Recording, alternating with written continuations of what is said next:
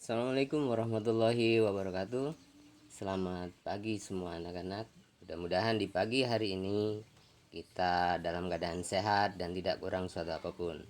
Dan mudah-mudahan di pagi hari ini kita diberikan kelancaran dalam melaksanakan semua aktivitas kita ya, baik itu belajar dan kegiatan-kegiatan yang lainnya ya. Pada pagi hari ini kita memasuki pembelajaran matematika ya. Untuk dari kemarin udah mulai ya tema PAI dan sebagainya. Untuk pagi hari ini kita akan bahas operasi hitung pecahan, dimana operasi hitung pecahan itu terdiri dari ada penjumlahan, pengurangan, perkalian, dan juga ada pembagian. Mungkin untuk pecahan itu sendiri sudah pernah dibahas ya, sudah pernah dibahas di kelas 3, sudah pernah dibahas di kelas 4, sudah pernah dibahas. Tentunya untuk kelas 3 dan kelas 4 itu masih dalam bentuk dasar-dasarnya ya. Dan mudah-mudahan itu dulu kalian semua dalam belajar itu bisa memahami, sehingga di kelas 5 ini dalam belajar pecahan ini tidak ada kesulitan ya. Untuk operasi hitung pecahan pagi hari ini kita hanya akan bahas dua operasi saja ya, dua operasi dulu, mudah-mudahan bisa dipahami ya. Ada penjumlahan dan pengurangan pecahan. Kemudian ada beberapa hal yang perlu diingat, yaitu yang pertama untuk mengerjakan sebuah pecahan, untuk mengerjakan sebuah penjumlahan atau pengurangan pecahan, ada 3 yang perlu diingat ya, yaitu yang pertama, lihat penyebut daripada pecahan tersebut. Jika sudah sama, maka pembilang pecahan tersebut bisa langsung dijumlahkan. Tetapi jika penyebut belum sama, maka wajib disamakan terlebih dahulu. Ya. Apa itu penyebut? Pada sebuah pecahan itu terdiri dari pembilang dan penyebut. Kalau penyebut itu yang di atas ya. Kalau pembilang itu yang di atas, kalau penyebut yang di bawah. Bisa kita lihat pada contohnya ya. Pada contoh 1 itu ada operasi hitung penjumlahan, yaitu 3/7 ditambah 2/7. Kalian bisa lihat semua ya bahwasanya penyebut pada pecahan tersebut sudah sama ya, yaitu 3/7. Kemudian yang bilangan penambahnya adalah 2/7. Jadi penyebutnya sudah sama, maka sudah tidak ada yang harus disamakan lagi penyebutnya karena sudah sama-sama sama. Sehingga kalau sudah sama, tinggal pembilangnya saja yang dijumlahkan, maka sama dengan 3 ditambah 2/7. Maka hasil akhirnya adalah 5/7. Itu kalau pembilangnya kalau penyebutnya sudah sama. Coba kita lihat yang nomor 2. Yang nomor 2 di situ ada 5/6 ditambah 1/4.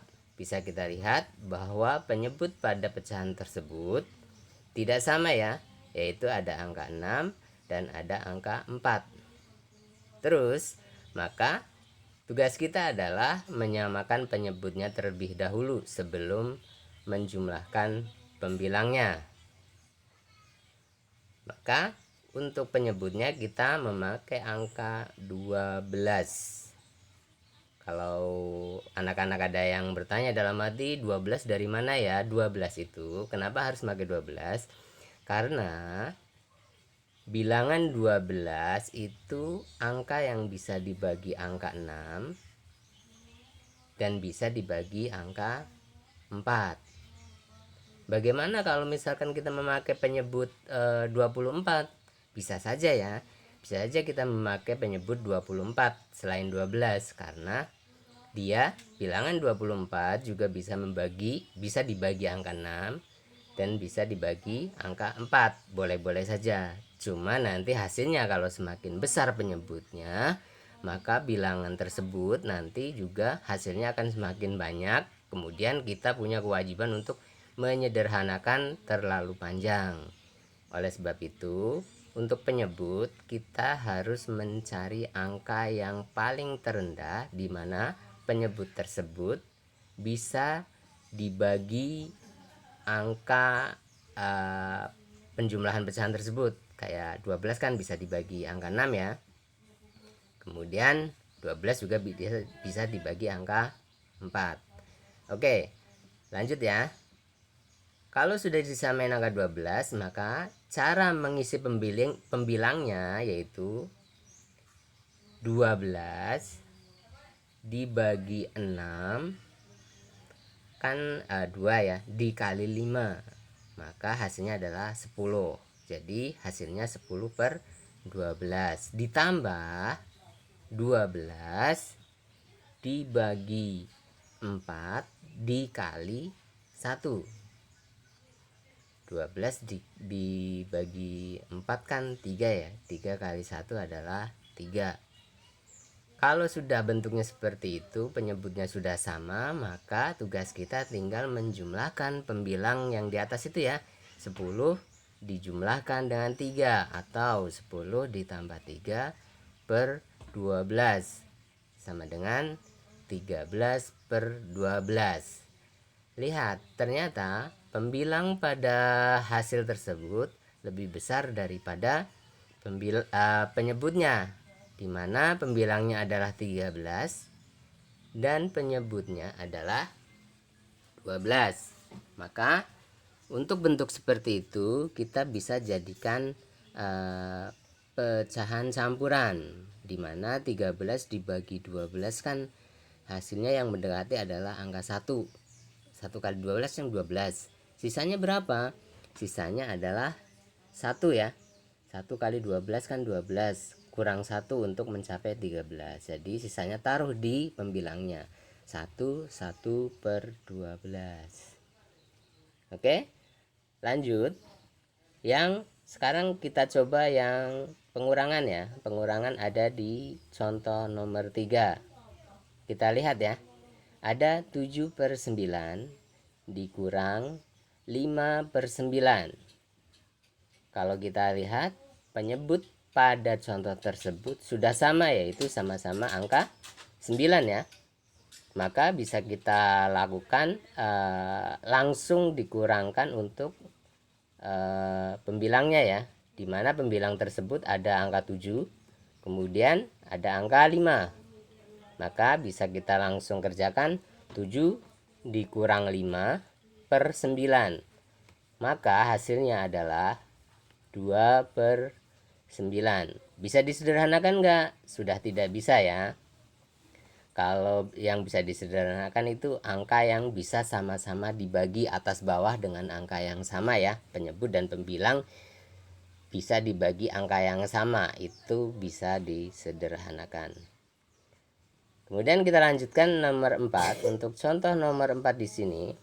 Di situ ada angka 6 per 7 dikurang 2 per 3. Nah, ini adalah soal yang penyebutnya berbeda, di mana penyebut pertama adalah 7 dan penyebut kedua adalah 3. Maka kita bisa kerjakan dengan cara menyamakan penyebut terlebih dahulu. Bagaimana caranya? Caranya adalah cari angka yang bisa dibagi angka 7 dan bisa dibagi angka 3. Yang paling gampang kita kalikan saja ya. 7 kali 3 kan 21. Maka kita pakai angka 21. Jadi 21 dibagi angka 7 adalah 3. 3 dikali 6 adalah 18. Maka jadinya yang pertama itu adalah 18 per 21. Kemudian dikurang 21 dibagi 3. 21 dibagi 3 itu adalah 7. Dikali 2 14. Jadi pengurangnya menjadi 14 per 21. Maka bisa kita kurangkan langsung karena penyebutnya sudah sama, yaitu 18 dikurang 14 per 21 sama dengan 4 per 21. Bisa sederhanain enggak? Tidak bisa, karena tidak bisa dibagi lagi ya. Kalau atas dibagi 2, 4 bagi 2, 2, tapi 21-nya nggak bisa dibagi. Kalau menyederhanakan harus dengan angka yang sama pembaginya dan harus bisa dibagi semua. Itu cara penyederhanaannya. Kemudian kita lihat contoh nomor 5 ya. Di situ ada soal pecahan campuran ya. Kalau di depannya ada pembilangnya itu namanya pecahan campuran ya. Dimana nomor 5 itu ada 1 3/7 ditambah 2/7. Cara pengerjaannya, yang bilangan bulat tersebut kita jumlahkan saja sekalian ya. Misalkan itu kan ada bilangan 1 dan 2, maka kita jumlahkan 1 ditambah 2. Kemudian karena itu penyebutnya sudah sama, kan itu penyebutnya udah sama ya. Kalau yang 1 ditambah 2 jadinya pecahannya tinggal 3/7 ditambah 2/7 ya. Maka pembilangnya sudah langsung bisa dijumlahkan. Jadi 3 ditambah 2/7. Maka 1 ditambah 2 adalah 3. Kemudian 3 ditambah 2 adalah 5. Jadinya 3 5/7. Kemudian untuk soal berikutnya, untuk contoh soal berikutnya ada nomor 6 ya. Nomor 6 di situ pengurangan pecahan campuran ya. Dimana ada 4 7/9 dikurang 2 5/9. Karena itu sudah bisa langsung dikurangkan ya, yang 4 dan 2 nya itu, maka kita taruh di depan saja ya, 4 dikurang 2. Dan penyebutnya di situ sudah sama yaitu angka 9, maka tinggal langsung kurangin saja ya. 4 dikurang 2, 7 dikurang 5/9. 4 kurang 2 kan 2. 7 kurang 5 2. Jadinya 2/9 ya. Kemudian lanjut untuk nomor yang ke-7. Contoh nomor yang 7 yaitu kita memakai penyebut yang berbeda, yaitu ada 6/7 dikurang 3 2/3. Di situ penyebutnya ada 7 dan 3. Maka kita bisa kurangkan dulu yang di depan itu ya. 5 dikurang 3, 18/21 dikurang 14/21. Itu dari mana?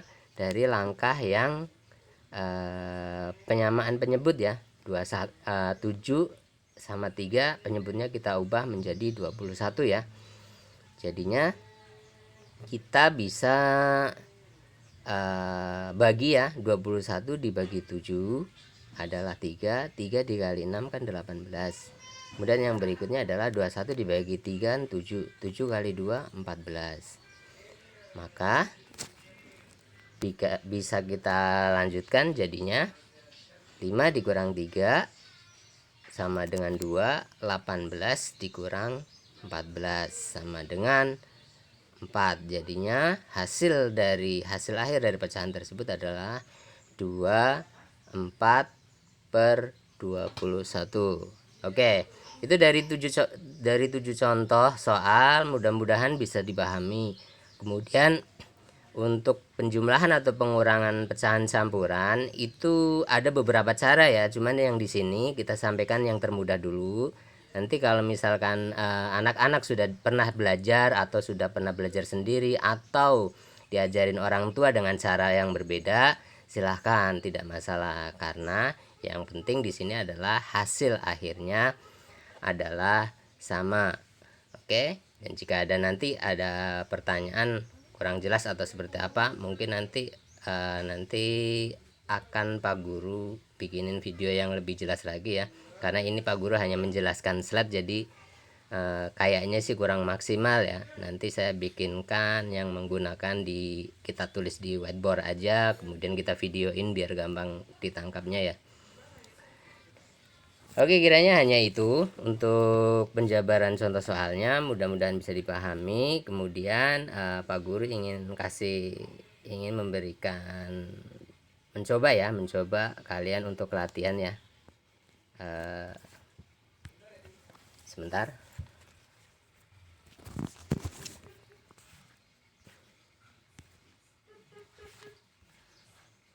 Nah, itu ya untuk latihannya.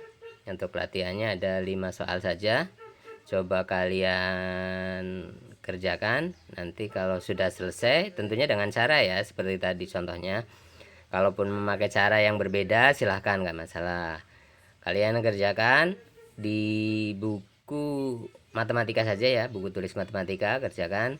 Kemudian kalian foto dengan jelas ya, nanti kirim ke WA Pak Guru, Japri saja ya. Oke. Sebenarnya hanya itu dulu pembelajaran untuk hari ini, mudah-mudahan bisa dipahami. Kalau ada salah mohon maaf yang sebesar-besarnya. Tetap semangat, tetap menjaga protokol kesehatan, dan jangan lupa sering-sering berwudu agar kalian tetap dalam keadaan bersih. Terima kasih. Assalamualaikum warahmatullahi wabarakatuh.